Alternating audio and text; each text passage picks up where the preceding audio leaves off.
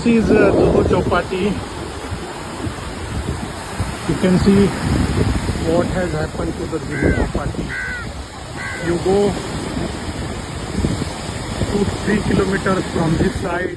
सो ना ऑनेस्टली पहली बार जब ये वीडियो हमने देखा ना, हमें लगा ये किसी लैंडफिल का वीडियो है, कहाँ की फुटेज है। हर तरफ बस प्लास्टिक ही प्लास्टिक दिख रही है, बॉटल, स्लिपर्स, रैपर्स, थर्मोकोल, इतना कचरा की रेत तो दिख ही नहीं रही है। फिर पता चला है कि भैया ये मुंबई की आइकॉनिक जुहू बीच है। और इसी वजह से ना ये वीडियो इतनी ज़्यादा सोशल मीडिया पर वायरल हो रही है। लोग बीचेस पर जाते क्यों हैं? सनसेट देखने के लिए, लेकिन वहाँ पर आपको दिखेगा सिर्फ कचरा ही कचरा। थाउजेंड ऑफ पीपल ने ना इस फुटेज को शेयर किया है सोशल मीडिया प्लेटफॉर्म पर और एक ही सवाल पूछ रहे हैं, ये बीच है या फिर डंपिंग ग्राउंड? अब यहाँ पर हम ये कहेंगे कि काश ये डंपिंग ग्राउंड ही होता, लेकिन अनफॉर्चुनेटली ये डंपिंग ग्राउंड नहीं है। बस वैसा दिखने वाला मुंबई का आइकॉनिक जुहू बीच है। इस पे इतना कचरा कलेक्ट हो गया है कि बीच कम ये एक बड़ा सा डस्टबिन ज्यादा लग रहा है। एक यूजर ने कमेंट किया है, I can smell the stench through the phone screen, which is so true. सिर्फ देख के इमेजिन किया जा सकता है कि ये पूरी जो जगह है, ये जो बीच के नाम पे उन्होंने किया है, कितना स्मेली होगा ये। और सबसे इंटरेस्टिंग बात पता है यहाँ पे क्या है हरीम? ये सीन हर मॉनसून के बाद वायरल होता है। हम हर साल इतने ही ज़्यादा शॉक्ड होते हैं और फिर अगले साल फिर से वही रिपीट टेलीकास्ट। और हर बार ना हम यही बोलते हैं कि अरे समुंदर ने कितना कचरा जो है वो हमें वापस दे दिया है, लेकिन ये नहीं पूछते हैं कि समंदर के पास ये कचरा आया कहाँ से। यहाँ पर एक यूज़र ने कमेंट किया है कि नेचर ना हमारा फेंका हुआ कचरा हमारे ही सामने लाकर खड़ा कर देता है और ये सिर्फ ट्रेलर है। ऐसे ही चलता रहा तो हर शहर के आसपास सिर्फ कचरे के पहाड़ नजर आएंगे, शहर में ऐसे कूड़े के ढेर होंगे और कभी ना कभी इनकी वजह से इंसान अजीब अजीब बीमारियों से मर सकता है, इस हद तक हो सकता है।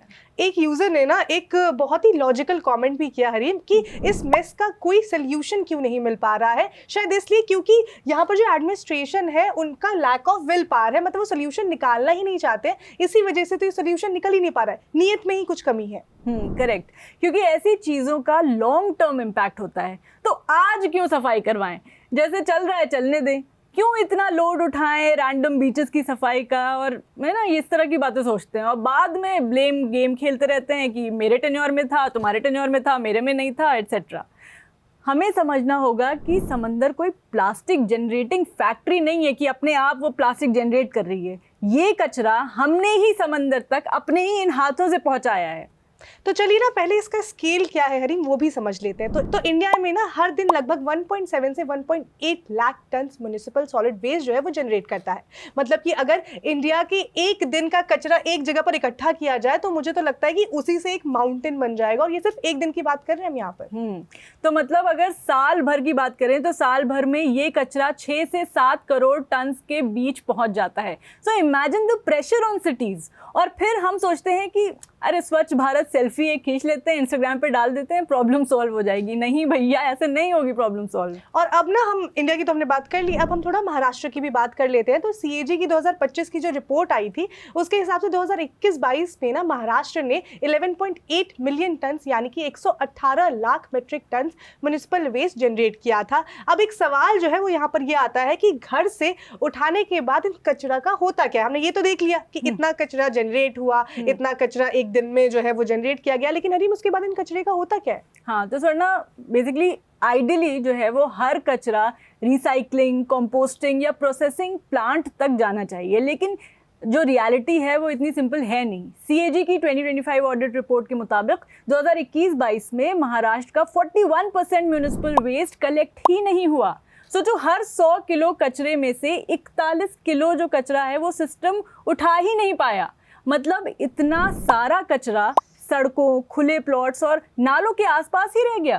बिल्कुल, और ना प्रॉब्लम यही खत्म नहीं होती है। ऑडिट ने ये भी बताया है कि जो वेस्ट कलेक्ट भी हुआ है ना हरीम, उसका भी सिर्फ 25% ही लगभग ना साइंटिफिकली प्रोसेस जो है वो हुआ ही नहीं है। यानी कि कचरा उठा लेना और उसका सही ट्रीटमेंट करना दोनों ही अलग बात है, और यहाँ पर तो उठाया भी उतना नहीं गया है और फिर उसका ट्रीटमेंट भी नहीं हुआ है। एग्जैक्टली। अगर ट्रीटमेंट नहीं होगा तो वो लैंडफिल में चला जाता है या फिर कहीं डंप कर दिया जाता है, और जब मॉनसून आता है तो बारिश का पानी उस प्लास्टिक और दूसरे वेस्ट को नालों और नदियों में ले जाके बहा देता है, और फिर वही नदियाँ उस कचरे को समंदर तक पहुंचा देती हैं। जैसा कि इस वीडियो में भी दिख रहा है कि किस तरह समंदर में कचरा जो है वो फैल चुका है। और इसीलिए ना मॉनसून के बाद जुहू बीच पर जो प्लास्टिक और कचरा दिखता है वो सिर्फ बीच पर लोगों के फेंके हुए रैपर्स नहीं होते हैं, उसमें शहर के अलग अलग हिस्सों से बहकर आया हुआ वेस्ट भी शामिल होता है। मतलब कि समंदर कचरा बनाता बिल्कुल भी नहीं है, वो सिर्फ हमें हमारा ही कचरा जो है वो वापस कर देता है कि देखो तुमने इतना कचरा फैलाया है, अब तुम ये कचरा वापस रखो। और शायद इसीलिए सीएजी ने रेकमेंड किया है कि महाराष्ट्र को सॉलिड वेस्ट मैनेजमेंट के लिए एक कॉम्प्रिहेंसिव स्टेट पॉलिसी की ज़रूरत है, क्योंकि जब तक कलेक्शन, सेग्रीगेशन और प्रोसेसिंग तीनों ठीक से नहीं होंगी ना, तब तक जुहू जैसे विजुअल्स हर मॉनसून के बाद ऐसे ही रिपीट होते रहेंगे। और वैसे महाराष्ट्र ना वो वन ऑफ दो स्टेट्स है जो गीला कचरा, सूखा कचरा के सेग्रीगेशन को लेकर काफ़ी स्ट्रिक्ट है, और वहाँ की ये हालत है तो सोचो दिल्ली जैसे शहरों का फिर क्या ही हाल होगा, वो तो हम समझ ही सकते हैं और देखते ही हैं। दिल्ली में जो लैंडफिल है वो हम तो देख ही रहे हैं। और ये ना कोई एक साल की प्रॉब्लम बिल्कुल भी नहीं है। 2016 से 22 के बीच में ना एवरेज 34% वेस्ट कलेक्ट ही नहीं हुआ। मतलब कि वेस्ट कलेक्ट करने वाले तो कह देते हैं कि कल देख लेते हैं, लेकिन कचरा कभी कल का वेट ही नहीं करता और हर दिन इसी तरह से जनरेट किया जाता है। लेकिन ये सब समझ के एक सवाल है कि अगर वेस्ट इतनी स्पीड से बढ़ रहा है, लैंडफिल कितनी देर तक सर्वाइव करेगा, मतलब कितना वेस्ट अकोमोडेट करेगा?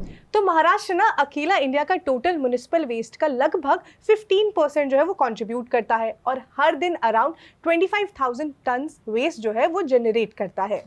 लेकिन 2018 की रिपोर्ट में पता चला है कि ट्रीटमेंट के नाम सिर्फ अराउंड 30% वेस्ट ही ट्रीट होता है। मतलब हर 100 किलो वेस्ट में सिर्फ 32 केजीज प्रॉपर्ली ट्रीट हो रहा है, बाकी या तो लैंडफिल जाता है या फिर वो नेचर के भरोसे, ऊपर वाले के भरोसे।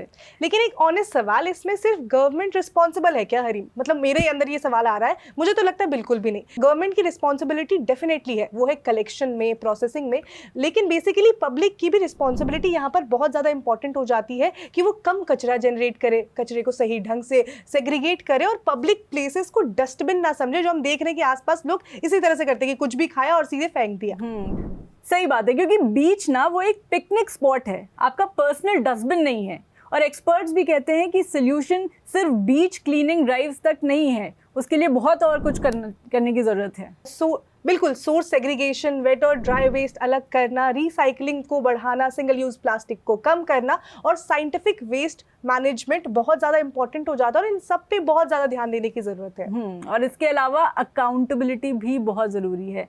डेटा क्लियर होना चाहिए, कलेक्शन एफिशिएंट होना चाहिए और ट्रीटमेंट कैपेसिटी बढ़नी चाहिए। ये सब मिलकर ही एक प्रॉपर वेस्ट मैनेजमेंट हो सकता है। बिल्कुल, जुहू बीच का जो ये वायरल वीडियो है ना, वो सिर्फ मुंबई की कहानी बिल्कुल भी नहीं है। ये हर उस सिटी की स्टोरी है जो अपना कचरा ना कहीं और भेजने की कोशिश जो है वो लगातार कर रहा है और इस तरह से हो रहा है वहाँ पर। और नेचर का ना एक सिंपल सा फंडा, एक सिंपल रूल है कि जो तुम फेंकोगे वो किसी ना किसी फॉर्म में तुम्हारे पास वापस ज़रूर आएगा। तो इस पर आप क्या सोचते हैं? मुंबई का जो ये गार्बेज क्राइसिस है वो ज़्यादा पब्लिक बिहेवियर की वजह से या फिर वेस्ट मैनेजमेंट की वजह से? ये हमें कमेंट सेक्शन में ज़रूर बताइएगा और आप देखते रहिए द बहन शो।